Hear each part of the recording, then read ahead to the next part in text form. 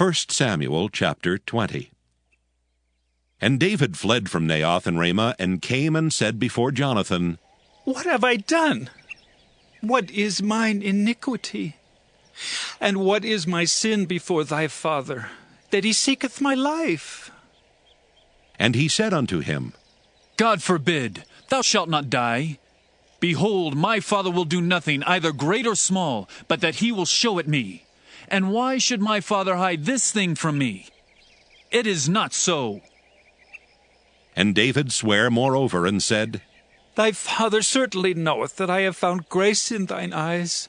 And he saith, Let not Jonathan know this, lest he be grieved. But truly as the Lord liveth, and as thy soul liveth, there is but a step between me and death. Then said Jonathan unto David, Whatsoever thy soul desireth, I will even do it for thee.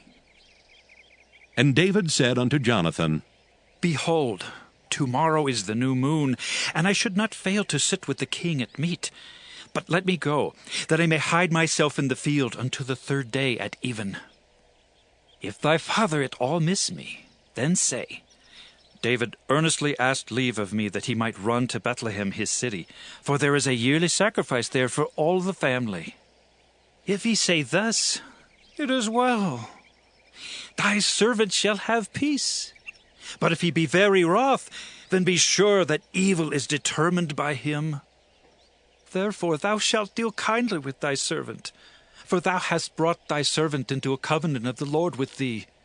Notwithstanding, if there be in me iniquity, slay me thyself, for why shouldest thou bring me to thy father? And Jonathan said, Far be it from thee, for if I knew certainly that evil were determined by my father to come upon thee, then would not I tell it thee? Then said David to Jonathan, Who shall tell me? Or what if thy father answer thee roughly? And Jonathan said unto David, Come, and let us go out into the field.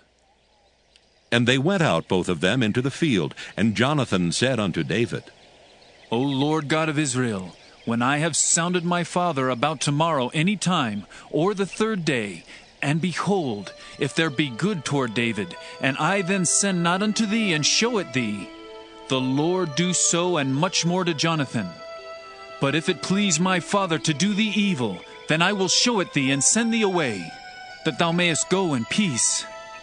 And the Lord be with thee, as he hath been with my father. And thou shalt not only while yet I live show me the kindness of the Lord, that I die not, but also thou shalt not cut off thy kindness from my house forever. No, not when the Lord hath cut off the enemies of David, every one from the face of the earth. So Jonathan made a covenant with the house of David, saying, Let the Lord even require it at the hand of David's enemies. And Jonathan caused David to swear again, because he loved him, for he loved him as he loved his own soul. Then Jonathan said to David, Tomorrow is the new moon, and thou shalt be missed, because thy seat will be empty. And when thou hast stayed 3 days, then thou shalt go down quickly and come to the place where thou didst hide thyself when the business was in hand, and shalt remain by the stone Ezel. And I will shoot 3 arrows on the side thereof, as though I shot at a mark. And behold, I will send a lad, saying, Go, find out the arrows. If I expressly say unto the lad, Behold, the arrows are on this side of thee, take them. Then come thou, for there is peace to thee, and no hurt, as the Lord liveth. But if I say thus unto the young man, Behold, the arrows are beyond thee, go thy way, for the Lord hath sent thee away. And as touching the matter which thou and I have spoken of, behold, the Lord be between thee and me forever. So David hid himself in the field.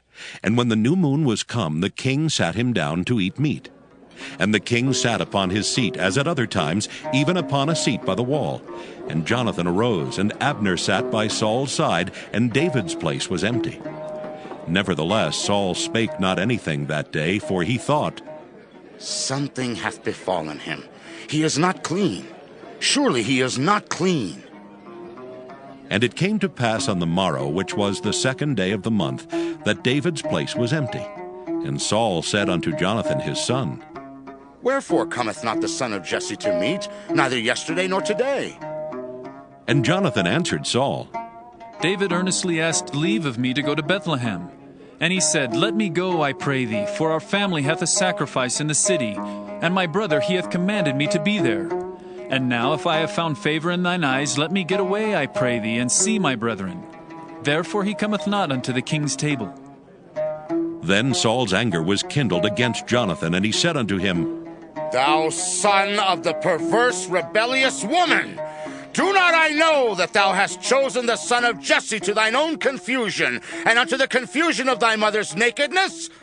For as long as the son of Jesse liveth upon the ground, thou shalt not be established, nor thy kingdom. Wherefore now send and fetch him unto me, for he shall surely die. And Jonathan answered Saul his father, and said unto him, Wherefore shall he be slain? What hath he done? And Saul cast a javelin at him to smite him, whereby Jonathan knew that it was determined of his father to slay David. So Jonathan arose from the table in fierce anger, and did eat no meat the second day of the month. For he was grieved for David, because his father had done him shame. And it came to pass in the morning that Jonathan went out into the field at the time appointed with David, and a little lad with him. And he said unto his lad, Run! Find out now the arrows which I shoot. And as the lad ran, he shot an arrow beyond him. And when the lad was come to the place of the arrow which Jonathan had shot, Jonathan cried after the lad, and said, Is not the arrow beyond thee?